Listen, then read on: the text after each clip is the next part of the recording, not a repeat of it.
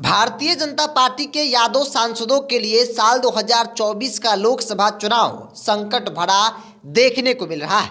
दरअसल आज की इस वीडियो में बात करेंगे पाटलिपुत्र लोकसभा क्षेत्र की, जहां से सांसद हैं भाजपा के रामकृपाल यादव।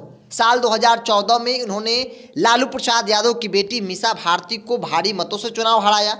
दूसरी बार साल 2019 के लोकसभा चुनाव में भी रामकृपाल यादव ने मीसा भारती को फिर से 15,000 वोटों से चुनाव हरा दिया। लेकिन 24 का चुनाव संकट भरा देखने को मिल रहा है, क्योंकि भारतीय जनता पार्टी के नेताओं के बयानबाजी से ऐसा लग रहा है कि भाजपा को अब यादवों का वोट नहीं चाहिए। यादव नेताओं का सम्मान भी देखने को नहीं मिलता है।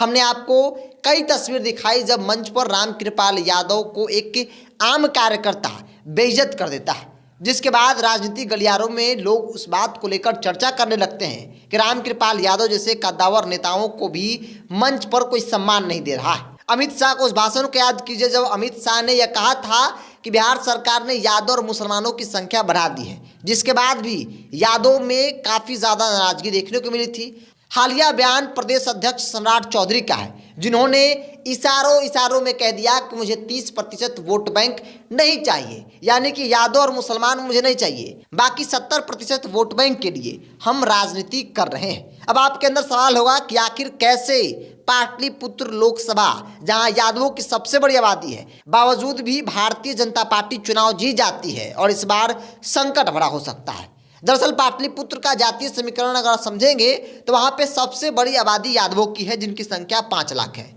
दूसरे नंबर पर कुर्मी जाति के लोग आते हैं, जिनकी संख्या 4 लाख है। तीसरे नंबर पर भूमिहार, जिनकी संख्या 3 लाख है। जातीय समीकरण देखेंगे तो ऐसा लगता है कि लालू प्रसाद यादव और महागठबंधन के पक्ष में समीकरण है, बावजूद भी रामकृपाल यादव वहां से चुनाव जीतते रहे। लेकिन 24 का रन उनके लिए सबसे बड़ा संकट है, या फिर यूं कहें कि जिस प्रकार से राष्ट्रीय जनता दल और इंडिया गठबंधन एकजुट होकर चुनाव लड़ रही है, ऐसे में रामकृपाल यादव को हार का सामना भी करने को मिल सकता है। चूंकि अमित शाह का भाषण जिसमें उन्होंने यादव और मुसलमान को निशाना बनाया, सम्राट चौधरी का भाषण जिसमें उन्होंने यादव और मुसलमान को निशाना बनाया, और इतना ही नहीं, मंच पर खुलेआम एक आम कार्यकर्ता रामकृपाल यादव जैसे कद्दावर नेताओं को बेइज्जत कर देता है, जिस बात की शिकायत खुद रामकृपाल यादव बगल में बैठे सम्राट चौधरी से करते हैं। सम्राट चौधरी उनकी बातों को नोटिस तक नहीं लेते हैं। तो भाजपा के तमाम जो बड़े नेता हैं, उनके बयानबाजी, उनके बॉडी लैंग्वेज, उनकी एक्टिविटी से ऐसा लगता है कि उन्हें अब यादवों से मतलब नहीं है, जो बात अब धीरे धीरे करके यादवों को भी समझ में आने लगा है। क्योंकि अगर 14 या 9 या फिर 19 के चुनाव की बात कर ली जाए तो राष्ट्रीय जनता दल उतनी मजबूती से चुनाव लोकसभा का नहीं लड़ती थी जितनी मजबूती से इस बार चुनाव लड़ रही है। कई बार मजबूती से लड़ी भी तो मैदान में अकेले उतरी थी, लेकिन इस बार नीतीश कुमार और लालू यादव, कांग्रेस, वाम दल समेत तमाम दल हैं और मजबूती के साथ एक इंडिया गठबंधन जो है वो बना है। तो ऐसे में कई चुनौतियां रामकृपाल यादव के सामने हैं। चूंकि साल 2019 के लोकसभा चुनाव परिणाम को अगर आप देखेंगे तो रामकृपाल यादव जो एनडीए के प्रत्याशी थे, तब नीतीश कुमार के साथ थे, तब इनको 3,78,300 कुछ वोट मिले थे। वही मीसा भारती जो आरजेडी और महागठबंधन की उम्मीदवार थी, इनको 2,92,086 वोट मिले थे। तकरीबन 14,000 वोट से मीसा भारती चुनाव हार गई थी। वजह क्या था? यादव वोट बैंक का छटक जाना। चूंकि कहा गया कि यादव कई क्षेत्रों में रामकृपाल यादव को वोट किए, जो कि इस बार नहीं करने वाले हैं। चूंकि जिस पार्टी से रामकृपाल यादव हैं, उस पार्टी के तमाम छोटे बड़े नेता यादवों के खिलाफ बयानबाजी न सिर्फ कर रहे हैं, बल्कि रामकृपाल यादव जैसे नेताओं को खुलेआम मंच पर बेइज्जत भी करते हैं। वही अगर आप 14 के परिणाम पर जाएंगे तो तब नीतीश कुमार भी अलग चुनाव लड़ रहे थे और राष्ट्रीय जनता दल भी अलग चुनाव लड़ रही थी।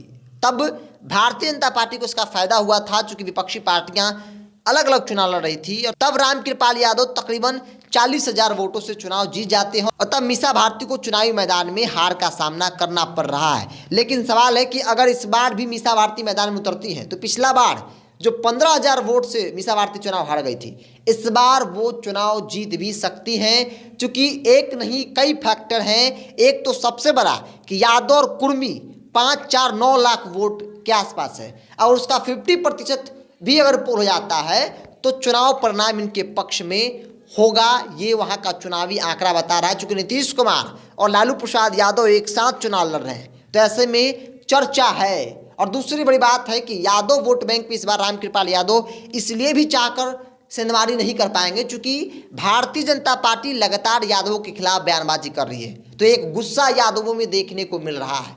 सम्राट चौधरी ने 70-30 की बात कही थी, इशारों में उन्होंने यादव और मुसलमान पर निशाना साधा था। दूसरी बड़ी बात है कि अमित शाह जो सबसे बड़े नेता हैं भाजपा के, उन्होंने भी यादव और मुसलमान पर निशाना साधा था। उसको लेकर भी लोग सवाल पूछ रहे हैं कि आखिर किस मुंह से रामकृपाल यादव वोट मांगेंगे जब उनके बड़े बड़े नेता यादवों के खिलाफ बयानबाजी कर रहे हैं। उससे भी बड़ी बात कि तमाम जो यादव नेता है भाजपा में, उदाहरण रामकृपाल यादव को ही ले लिया जाए तो खुले मंच पर एक आम कार्यकर्ता रामकृपाल यादव को बेइज्जत करता है, उन्हें पीछे ढकेल देता है, और जैसे इस बात की जानकारी प्रदेश अध्यक्ष को लगती है, वो उनकी बातों को नोटिस तक नहीं लेता है। रामकृपाल यादव मंच पर गुस्सा भी होते हैं, लेकिन आखिर करे तो करे क्या जब प्रदेश अध्यक्ष ही नहीं कुछ कर पा रहे हैं। तो भाजपा में एक परसेप्शन जो बनता दिख रहा है कि भाजपा ने तय कर लिया है कि मुझे यादव और मुसलमानों से कोई मतलब नहीं है, मुझे मतलब है तो सिर्फ और सिर्फ उसके अलावा जो बाकी 70% जातियां हैं उनके लिए राजनीति कर रहे हैं। तो इसीलिए रामकृपाल यादव का पाटलिपुत्र लोकसभा सीट इस बार संकट में पड़ता दिख रहा है।